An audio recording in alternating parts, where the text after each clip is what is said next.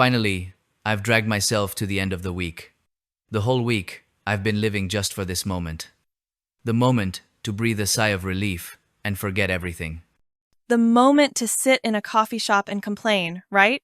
You act like this is therapy. Complaining is the ultimate way to relax. If you don't complain, stress builds up and explodes like a time bomb. Oh, so you see me as your dedicated emotional trash bin? Not exactly. You're a premium trash bin, with sorting. Small complaints in the top compartment, big ones in the bottom, and super huge ones, you handle them for me. Okay? Sounds super professional. But look at your face. You haven't slept enough all week, have you? Your eyes are dark like a panda's. If I sleep enough, how would I appreciate the weekend? The weekend is the reward for those sleepless nights. I'm the complete opposite. On weekends, I sleep like crazy to catch up. Wake up not knowing what day it is, even forgetting my own name. That's the peak state. Your brain gets a temporary retirement, no worries or thoughts. But the consequence is lying in bed on Sunday night, staring at the ceiling, worrying about the new week like the apocalypse is coming. Yeah, Sunday night is a real betrayer. Gentle during the day, but stabs you in the back at night, without mercy. Spot on.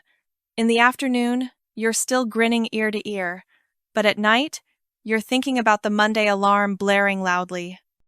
The alarm, the most hateful invention in history, but without it, life would be a total mess. Hate it because it exposes the harsh truth. Get up, you're not a king. And it says it very loudly, very persistently. Do you ever bargain with the alarm? Like, let me sleep just 5 more minutes. I promise I'll change my life. Sure. But those 5 minutes just make me even later, without changing anything except racing against time. In the evening, I resolve to sleep early, but as soon as I lie down, my brain starts partying, thinking about random stuff from A to Z. The brain is most active when the body needs rest. That's its silent rebellion against the owner. I often think about trivial things. Where did I put the keys this morning? Did I say something stupid in conversation? Stupid things said in the past have a longer lifespan than blockbuster movies. They linger and haunt forever. Longer than beautiful memories. Our brains love to torture themselves. That's why sitting here on the weekend, sipping coffee, chatting about nothing, suddenly makes life feel strangely comfortable. Because here, no one grades you, no one judges. No one asks, why haven't you finished this? Why are you so lazy? The only question is, want another drink? It warms the heart. Do you feel like daily life is like an endless loop? Wake up, eat, work, tired, sleep. Repeat, forever. Sure. The weekend squeezes in like an exclamation mark, breaking the loop. No, the weekend is more like a comma, not an end, but enough to breathe and gather momentum. Without commas, the story of life would be endlessly long and suffocating. That's why I treasure weekend mornings so much. No alarm, no rush, just coffee and peaceful air. And a friend to chat about random things, no clear topic needed. Talking without being judged, no need to be profound or meaningful. Daily life doesn't have to be grand, just not too exhausting is enough. Yeah, some days just getting home safely, no accidents, no drama, that's already a big win. Sounds a bit old, but it's so true. Old but happy is fine. I dream if every day had a bit like this morning.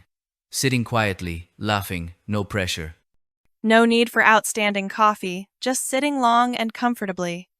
No need for big talks. Just laughing at ordinary things. Laughing because we're still meeting here every weekend, amid all the busyness. Amid the loop of life, at least this remains intact, like a precious constant. All right, consider this week passable. So, next week, we'll figure it out.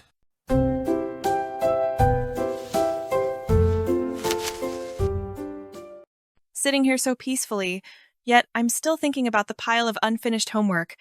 My brain won't let go. That's the aftershock of studying. Weekend, but the brain is still in overtime work mode. My brain is addicted to pressure.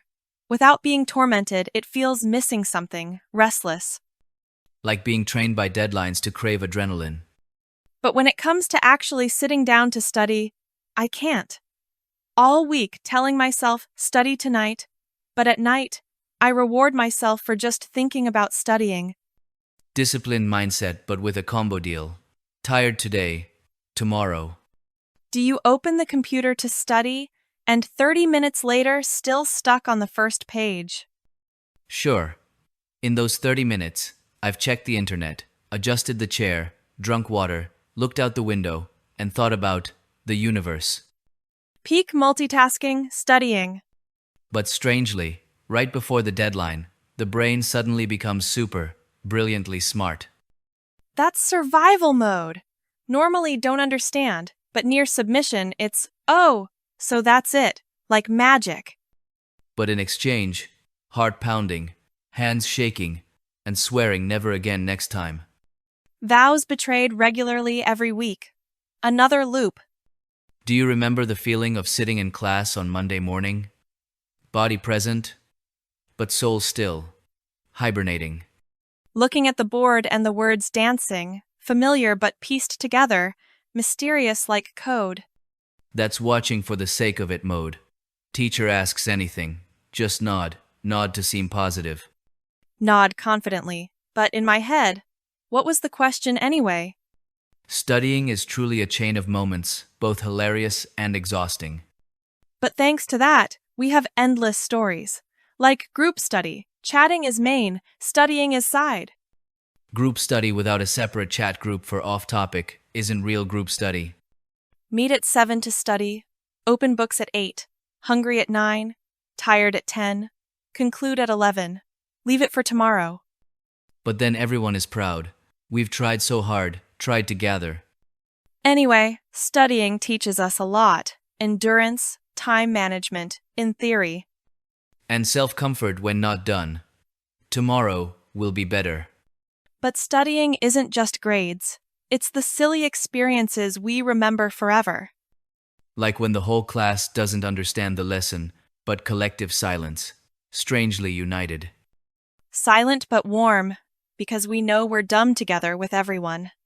So looking back at the tiring study week, it doesn't seem so bad. We still got through it. And there's coffee as a reward. Reward for the deadline survivor.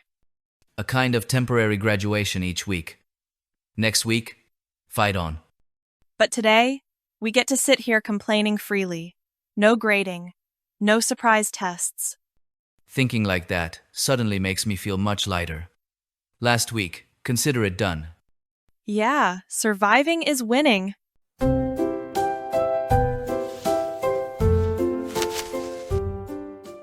Have you noticed? Trivial chats are often unimportant, but they stick deep in memory. Because they don't force you to understand or be right. Comfortable like a breeze. Like earlier, I looked at the next table. They're talking so seriously, hands waving nonstop. The more hands, the bigger the story. If muted, just watching gestures would be entertaining. Saves having to hear things that accidentally make you ponder all day. Exactly. The speaker forgets immediately, but you take it home, lie down, analyzing. What did they mean? Analyze and make yourself sad. Small injustice but happens all the time. On the flip side, there are little joys. A tasty coffee, a good song playing, or just not being bothered. Joys that don't need showing off, but enough to smile alone. Do you smile alone often? Especially remembering old silly things. Yes. Remember and want to sink into the ground, but then feel very human. Not perfect, but real. These chit-chat sessions are like cleaning the mind, wiping away dust, feeling lighter. Not smarter, but easier to breathe. No need for big lessons. Just knowing you're not alone with those random thoughts. Life sometimes doesn't need advice, just someone to sit, listen, and nod. Nod because they understand, or because they've been through it. That's why I love these weekend sessions. No goals, no plans. No need to pretend to be okay. Tired, say tired, happy, laugh. Talking about things that lead nowhere, but make life less stuffy. Next week, probably tired again, complain again, sit here again. But knowing there's a place to return. The familiar coffee shop, unscripted conversation. But in the end, it becomes a nice script. If anyone hears, they'd find it familiar. Because everyone has these little things, just rarely say them out. Say them out and realize, turns out it's no big deal, just life. All right, probably time to go. Prepare for the new week's battle. Yeah, but today we've recharged enough from coffee and chit-chat. Enough to live a few more days. See you next weekend. Still here, like a rare, comfortable habit amid the chaos.